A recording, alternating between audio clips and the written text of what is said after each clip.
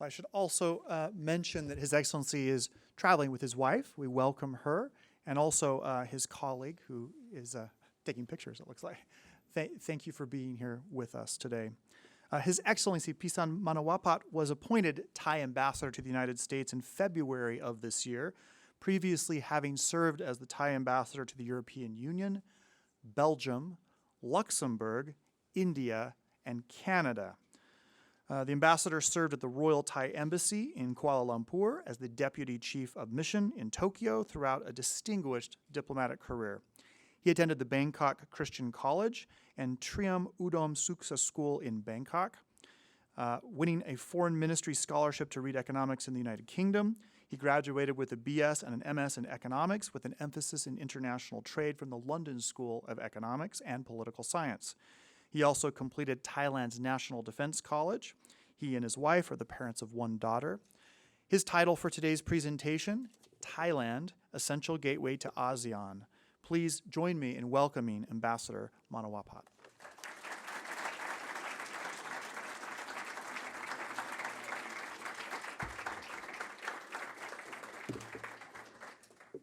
Sawadee krap.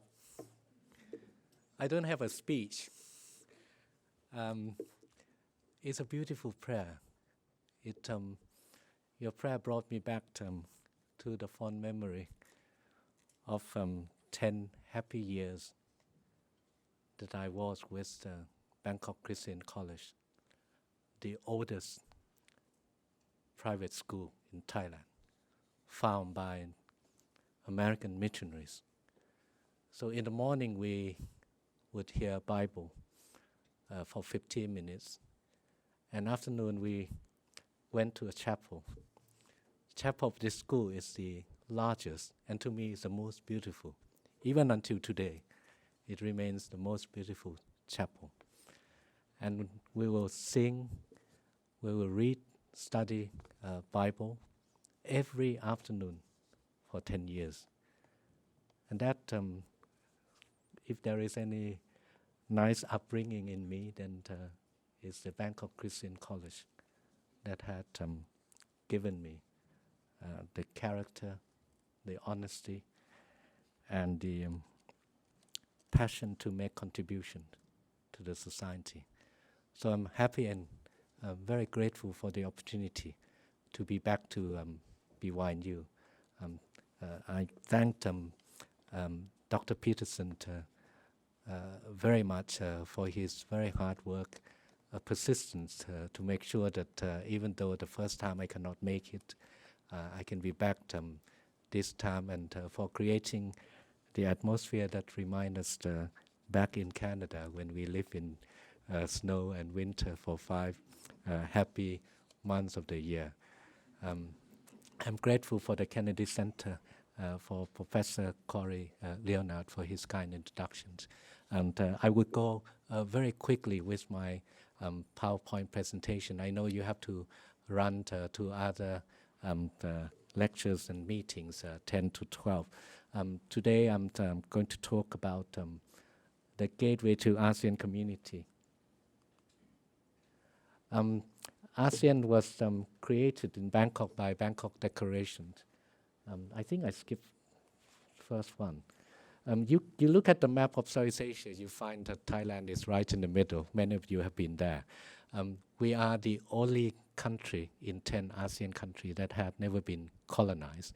So when you imagine Burma, Myanmar, Malaysia, Singapore were under the British rule, Laos, Vietnam, Cambodia were under French, Indonesia was under Dutch, and the Philippines for several hundred years under Spanish rule and American administration. Thailand was well suited to be an organizer for an association after the end of the Second World War in order to fight against outside interference in the internal affairs. And we remained independent because our wise kings, King Rama IV and V, they did not have the good fortune to come to BYU to study international relations and the balance of power, but they actually put their wisdom into practice by playing up the French against the British, and from time to time use the Dutch, the Belgium, and the Germans to be our constant allies as well. So the legal advisors come from Belgium, who knows the French and the British very well, and then that's how we remain independent.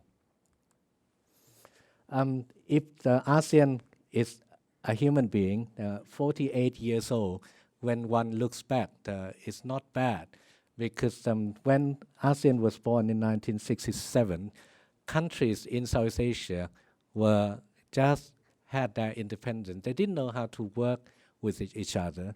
The Indonesian invaded Malaysia. The Indonesians were at war with the Philippines, so we formed the habit of working together. Over the past 2 or 3 decades, there were a lot of meetings, there were a lot of learning to live and to understand each other's culture.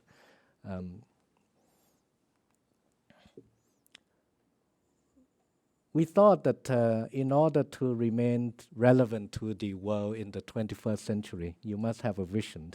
And here we have a vision of having an ASEAN community. In this early year of 2016, we have entered into one single community, and it has 3 main pillars: political, security, economic, and socio culture. You look at each one of them, you would find key points that will make them relevant, competitive, and open to the outside world, because they think that we strongly believe that this is a way to remain stable and prosperous. And this is a vision, and if you look at it, it's all about the dynamic, innovation, competitive, people-centered. We will talk more later about the competitiveness, about the connectivity, about inclusiveness. And all these are the milestones that, from the early days when we have the high tariff, we brought it down to 0. We're going to liberalize more the trade in services.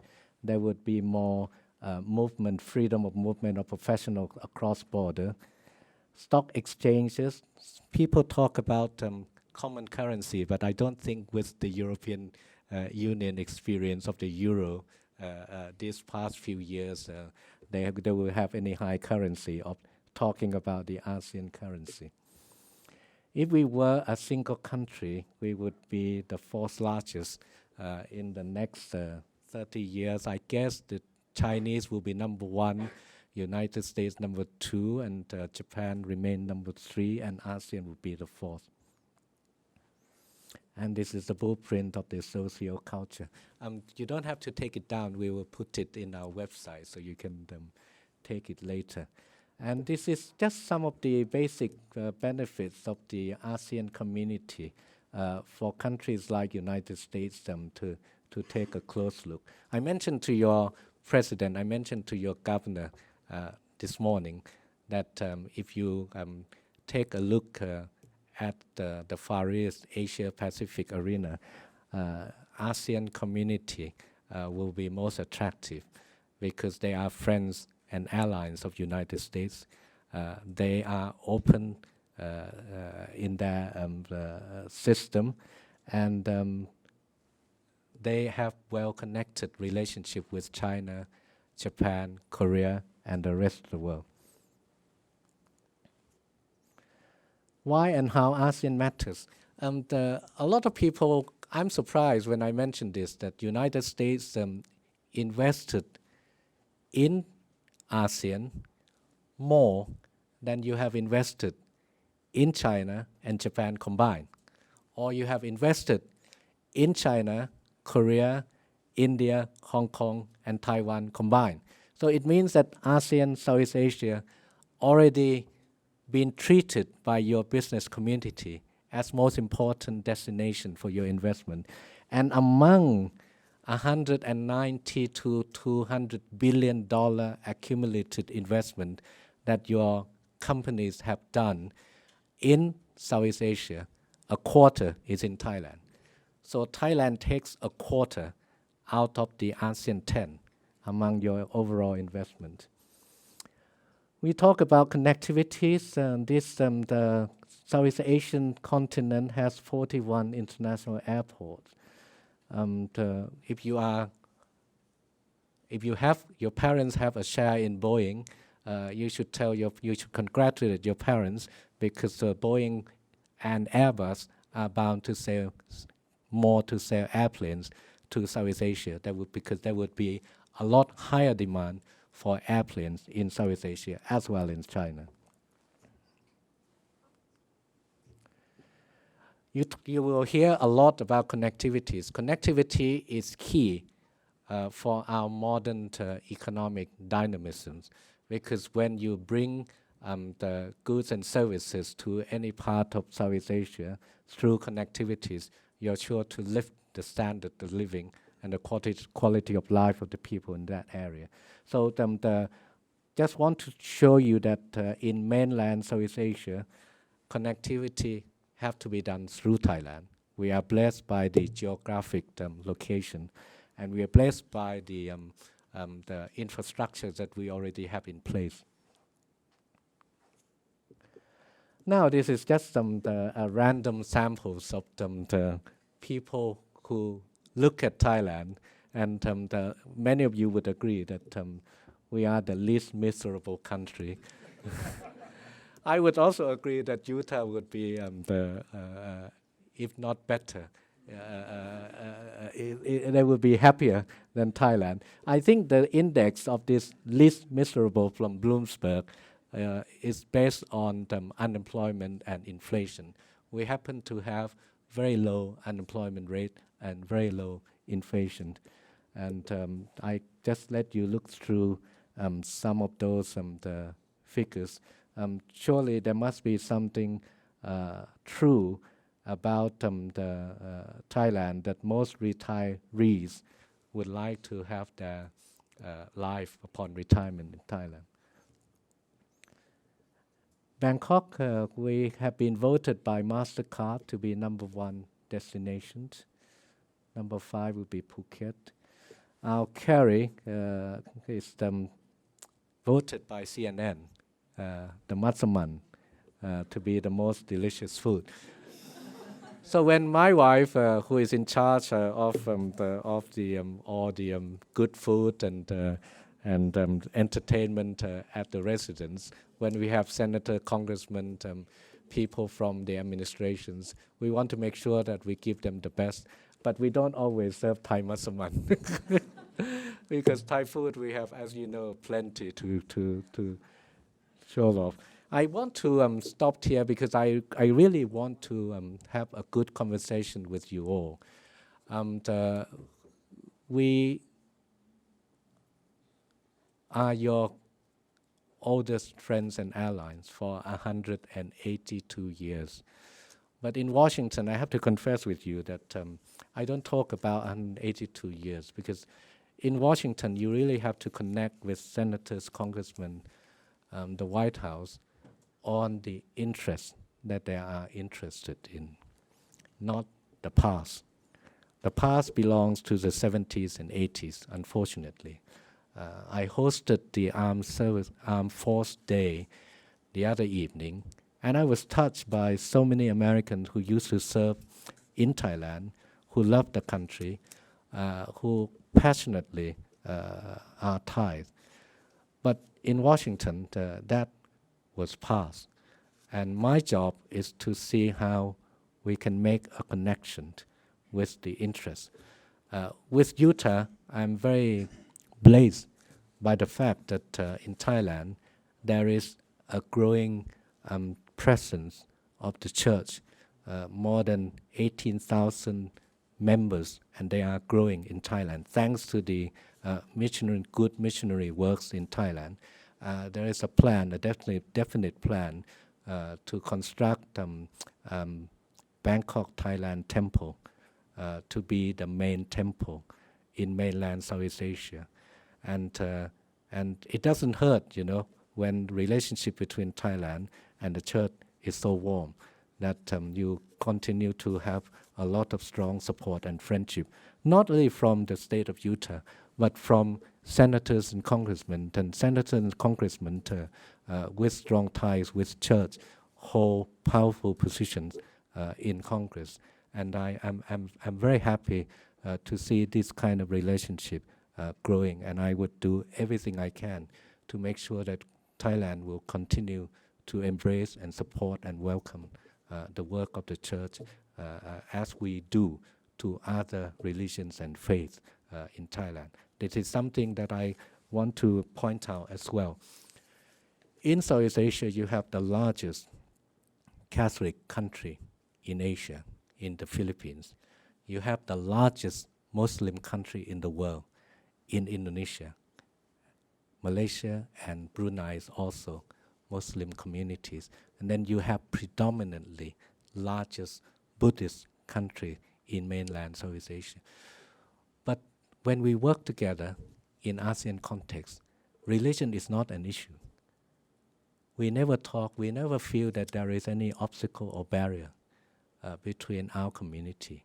So I think by our peaceful coexistence and understanding and working together, we have shown to the world that, interfaith with common interest of peace and prosperity can coexist very harmoniously in Southeast Asia. And if there is a good example for the rest of the world to look at, I would think that Southeast Asia and in ASEAN. So I will stop here and would like to hear more from as many of you as possible. Thank you very much for your kind attention.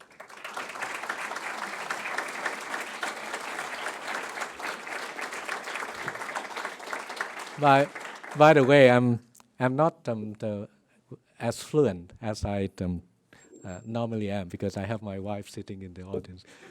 This is the first time that I have my wife attending my work, so I hope that she will tell our daughter how hardworking her father has been throughout these 34 years in the Foreign Service. So thanks to the ambassador, we have time for some questions. So I know the first one's always scariest, so be brave. And please just form a line so we can go through as many questions as possible. And then after you ask your question, tell us your name, what you're studying, and then you can wait and receive your answer. So please, the time is yours to ask questions. Go ahead. Thank you for coming to BYU. My name is Joseph Gibbons, and I was also a missionary in Thailand. The Thai people hold a very close place to my heart, as I can speak for a lot of people in this room.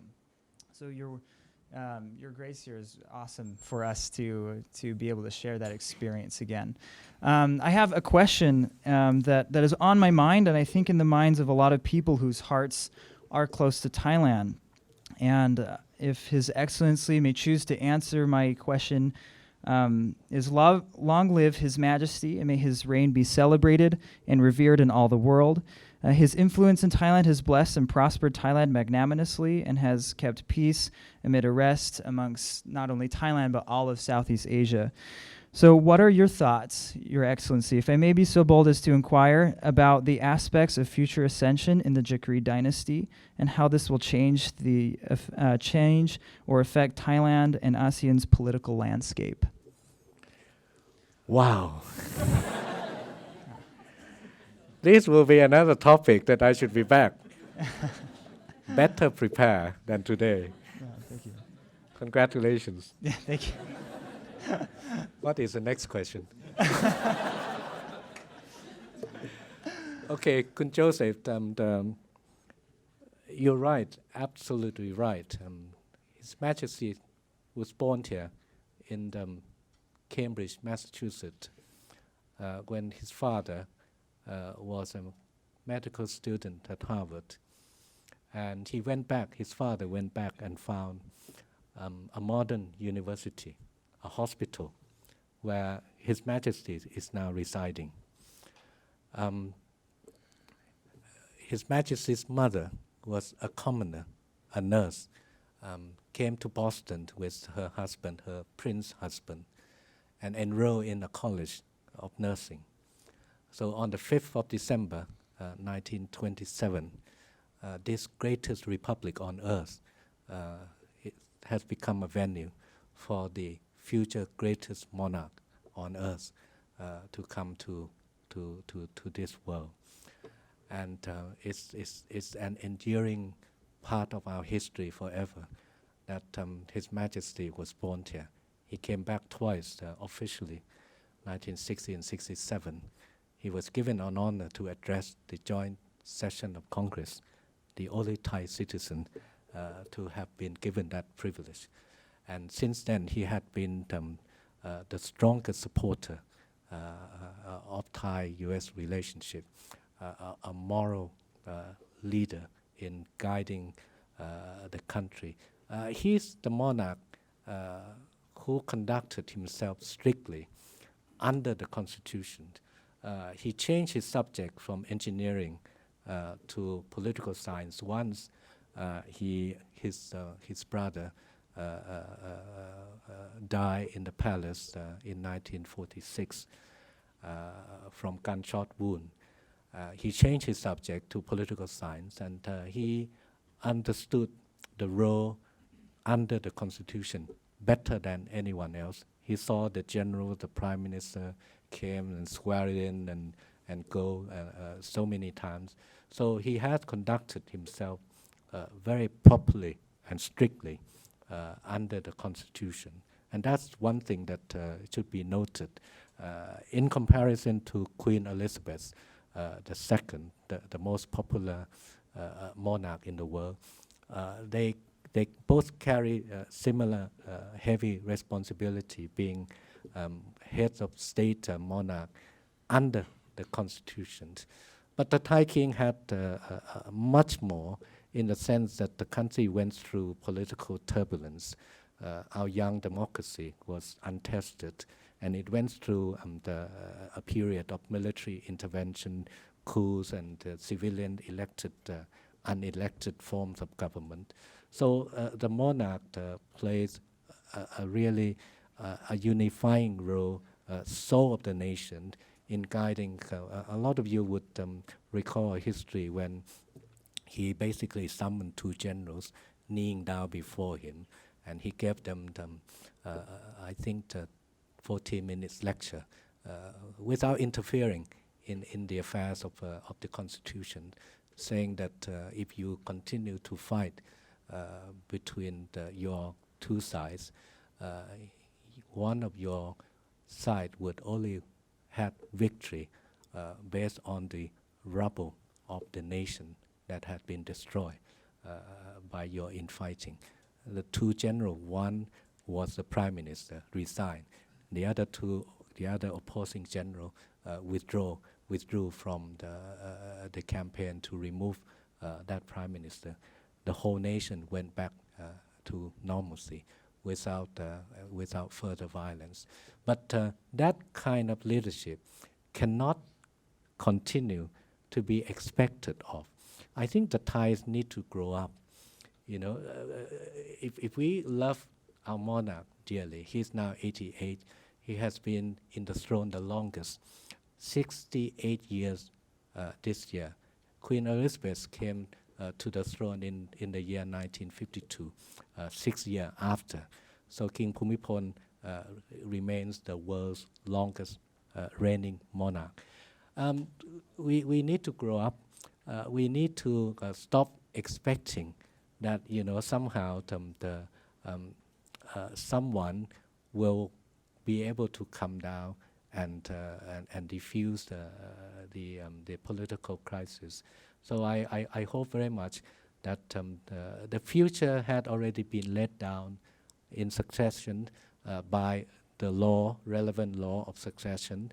The Crown Prince, his only son, had already been designated heir to the throne several decades ago. So the Thais would have the common sense, to expect that the succession will be smooth. And when you look at the future, you would expect that they would have to be compatible to modern days. When you have royal families in other parts of the world, in Japan, in Europe, and all that. I hope very much that that kind of compatibility will be with our royal family. But because His Majesty had done so much for the country over the past 68 years, he never had vacation. He never had Saturday and Sunday. He worked every day and every night. And that's how he endeared himself to the public. Every single part of the country, he had been there. But he only gave advice and guide the government. He had basically three powers under the constitutions. The power to advise the government, and the government doesn't have to follow. And the power to encourage. If the Prime Minister, the government did something well, he will encourage. And his encouragement will be so important because he's so highly respected that when His Majesty says something like "well done," you will feel that all the fatigue that you had over the years disappear. He has that magic power that make people feel that this is a worthy cause for them to continue. So that second power is very important, power to encourage. And the last power, and again he has conducted himself strictly under the Constitution, is a power to warn. And again, government, generals, prime ministers, we have seen in the past, they listen. They thought they want to show respect, but many of them did not comply with the warning, and that subsequently you will see the disastrous consequences. But he had been proven right because of his own experience. And what I think is essential underneath the fact that he has always been proven right is that he's guided by this principle, the principle that he uttered when he became king. The first statement on the throne was that he shall govern the country for the best benefit of his subject. That is the only guide that he had. So I think that there is no doubt about it that people will, it would be unfair, whoever succeeded him, it would be unfair for the public to expect that he will be, as the same as His Majesty. The same way that you would not expect that Prince Charles would be as popular as the Queen of England. Because, the times are different, the circumstances are different, and I think we should expect common sense, we should expect the monarch to continue to be the highest institution, soul of the nation, but we should not over-expect any miracle. The Thais need to be mature, grow up, and try to solve the problem themselves. There's one thing, though, that the fact that the king was born in the United States, he's well qualified to run.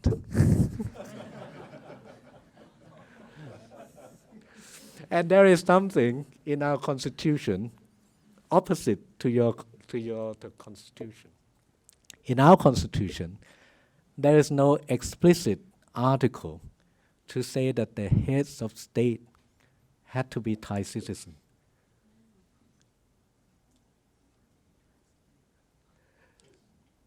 His Majesty found this loophole and told the drafter of the constitution that he may not have qualified to have been king, for so long because he was born in the United States. But in any case, it was His Majesty always have infinite sense of humor, and that's the sort of the small wisdom that he mentioned. ขอบพระคุณอย่างสูง I hope the university will give me a C plus or B minus because this question is very important and can be sensitive to many audience. I hope that I hope that I have tried my best to answer. Hi, my name is Haley Peterson. I'm studying political science. As we, talked about, ASEAN has so many different issues it talks about, from transboundary air pollution to human trafficking. What do you think is one of the biggest successes ASEAN has had, and what was Thailand's role in that? As well as, what maybe is the next big thing ASEAN should be discussing, and what will Thailand's role be in that as well? How did you teach? I mean, all these are wonderful topics for more qualified speakers than me to answer. I think the biggest success is the same as in Europe when I was ambassador to the European Union. People of your generations have taken for granted. But people of my generations and you European generation who went through the two disastrous world war would never have taken for granted is that the European Union means there would never be a war again in Europe. There would never be a war between France and Germany, between UK and anyone in the European continent. And that has been the largest precious achievement of the European Union. For me, it's exactly the same in Thailand, in ASEAN, because we have had so many meetings among every possible agencies you can imagine. I think the last forum the ASEAN people created was the forum for the spouse of the leaders. I can't imagine that, they created that forum. It's you name it, customs, agriculture, law enforcement, police, defense, every possible agencies and occupations, ASEAN always have a forum. And because we have so many forums for every possible government officials, officers in the uniform to meet, it makes it so hard for countries to go to war against each other, because it means that you know someone in the country that maybe there's some misunderstanding, there's some border conflict, that you can pick up a phone, you can fly in, you can have a quiet time to talk and try to find a way out. So although we had some border conflict with Cambodia a few years back, and it doesn't mean that under elected government there would be no war. Margaret Thatcher was prime minister of the oldest democracy. She went to war with Argentina. Indira Gandhi went to war many times with Pakistan. So democracy leaders can also go to war. Under the current interim government, our relationship with all the immediate neighboring countries had never been better. We have been working so closely with Myanmar to the extent that when we supported the meeting of their armed minority factions on our territory, it was given to be supported by the authority, because the level of trust and confidence is so high that we are able to support that kind of reconciliation. With Cambodia, the Prime Minister just came and visited Thailand. And again, nobody in any normal mind would expect that we would not be able to resolve the border differences under the current circumstances, because relationships are so good. On the second question, the challenge for the next decades of ASEAN one, I would say education, because you have a gap between some members, Singapore with the highest per capita, with the educated people willing to continue to move the country up into the development ladder, even though they have achieved the highest level. any developing country or medium country rising power can expect. But then you still have many parts of ASEAN, in Laos, in Cambodia, in Myanmar, in Thailand. I'm sure that returning missionaries in Thailand would testify that we have much more to do in terms of the education. And when I said education, is a real education. It's an education where you live the knowledge and you create a critical mind, a critical thinking that they can do more to their community rather than enriching themselves and lifting only themselves off the poverty line for their own benefit.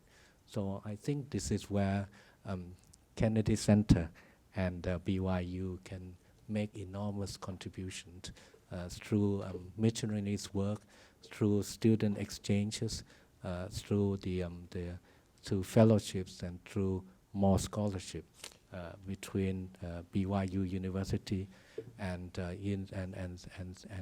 young people from Southeast Asia. Thank you very much. Thank you.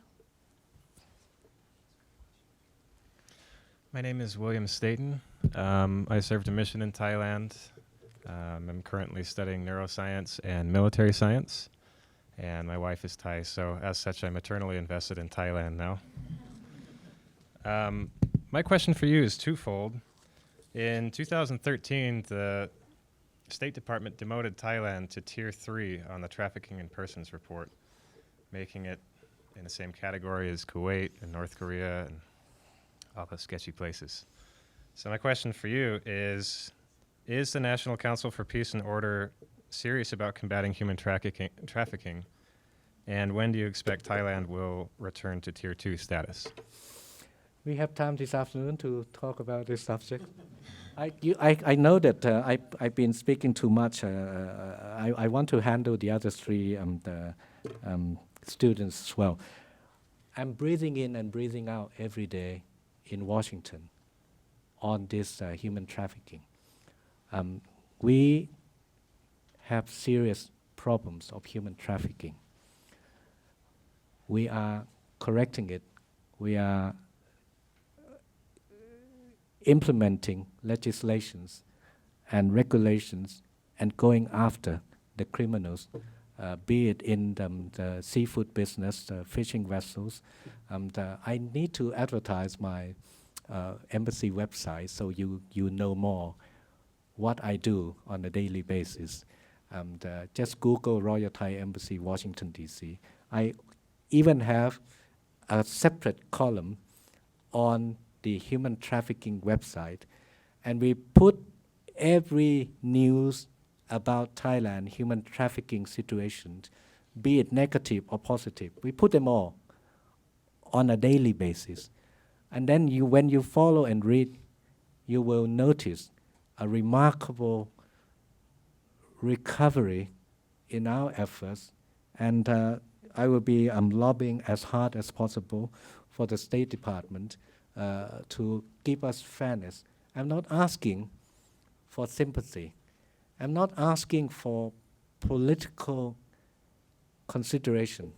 I'm asking for taking on Thailand on the record of what we have done.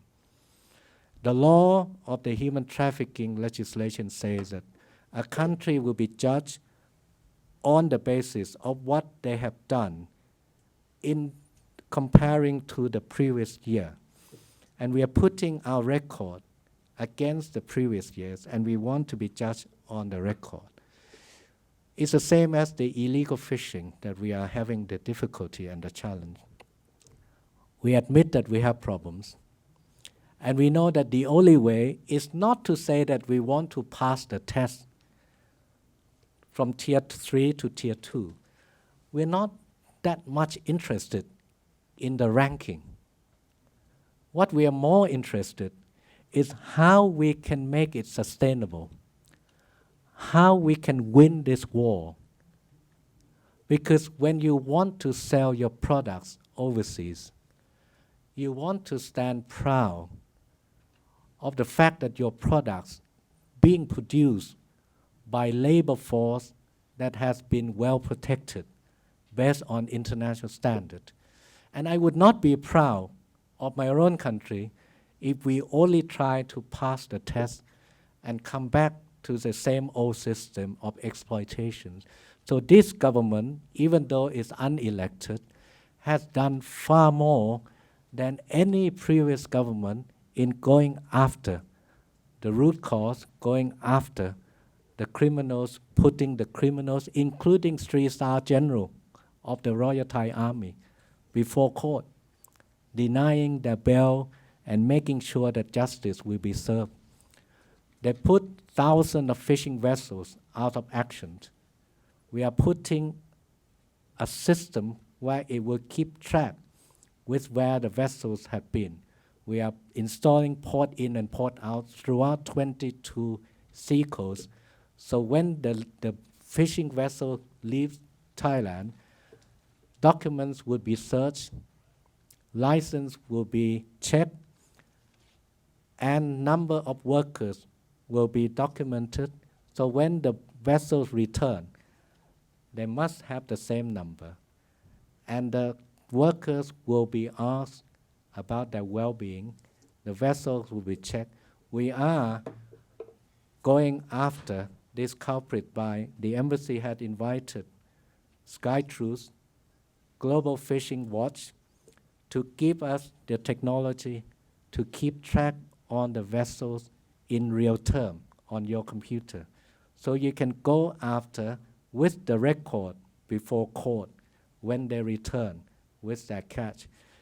We are working even with companies to have a demonstration boat where I hope companies who benefited from our export will finance this demonstration boat that will have the standard to look after all the fishing crews, all the workers, the size of the toilet, their living quarters and all that.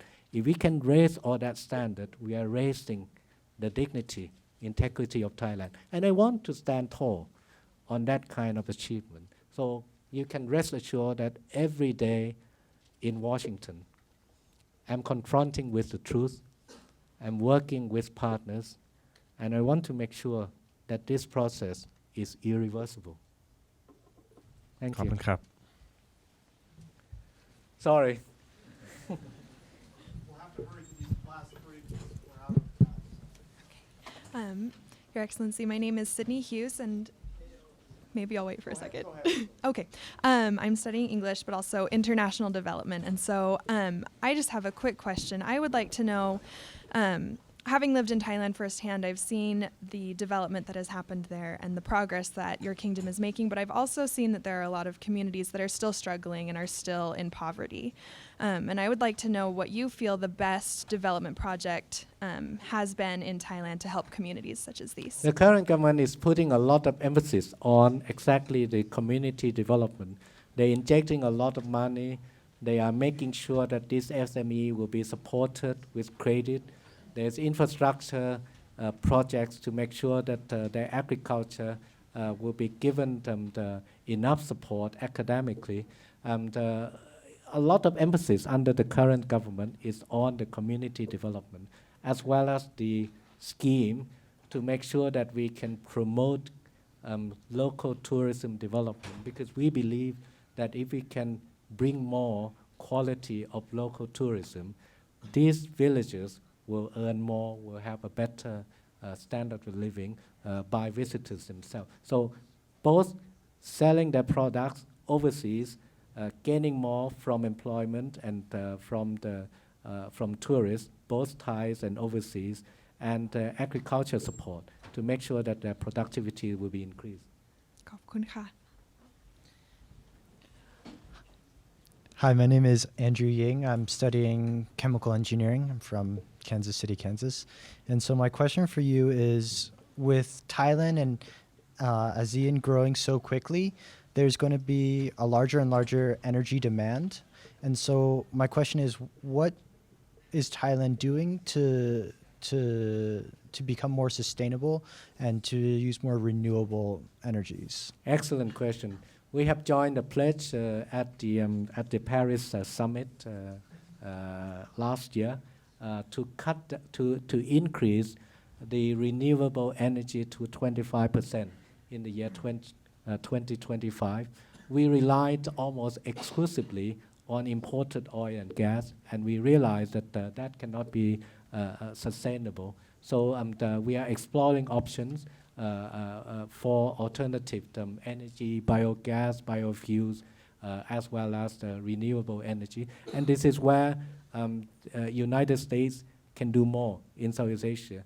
I talked to the Energy Secretary over the weekend when we sat together at the Alfalfa Club, that United States has a scheme to work with emerging countries hand in hand with Bill Gates Foundation to make sure that investment in renewable energy is worthwhile and can be put into commercial practice. So I think that this is an area where companies in Utah, United States, and ASEAN can do more in energy conservation as well as renewable energy. Nuclear options seem to be out because of the strong vocal the civil society opposition. Coal seems to be out again because of the strong local opposition. Hydroelectric seems to be out again because of the environmentalists. So I think the option keep narrowing and narrowing.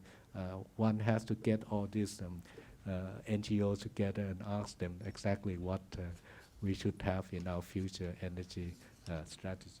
Thank you very much. Thank you. Thank you. Last question.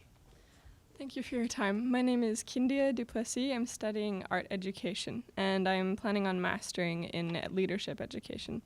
And you mentioned previously that you see education as one of the major focus points for ASEAN, and specifically, of course, for Thailand. I'm wondering, how will ASEAN approach education? Will it be more centralized, or will it be left to the individual nations? Because, as you mentioned, like each nation has varying levels of investment financially and legally in education. Thank you. I think it will go individually, because ASEAN is not European Union. They are inspired by the EU, but they're nowhere near the EU. Leaders and governments are still very much guard against their sovereign right. So in terms of policies like education, you can have a coordination, you can have a cooperation on STEM education, on vocational training and all that. But you would never have an integrated European Union style education policy. Even in the European Union, you don't have a common European education policy. You have a common European agriculture policy, but not education. And the fact that different countries have different history, different background, religion, social, and otherwise, I think it would be more practical for countries to learn success stories from one and another. And they need not learn from their neighboring countries. I think they can find examples in other continents and adapt it to their need. So for me, it's going to be difficult. Education is a big challenge. The largest portion of our budget doesn't go to defense. It goes to education. And yet we are not happy at all with the product of education. And that's why I think it's a challenge. How come you spend so much money and the product in terms of quality of people are not something that you are happy with? That is a challenge. That is what the center can do another research and give advice to Thailand. Thank you so much. I'm very impressed by all the questions and the attention you have been giving and showing. It only shows the quality of the center and the university. I'm very happy that I have a chance to speak to all of you. Thank you very much indeed for coming.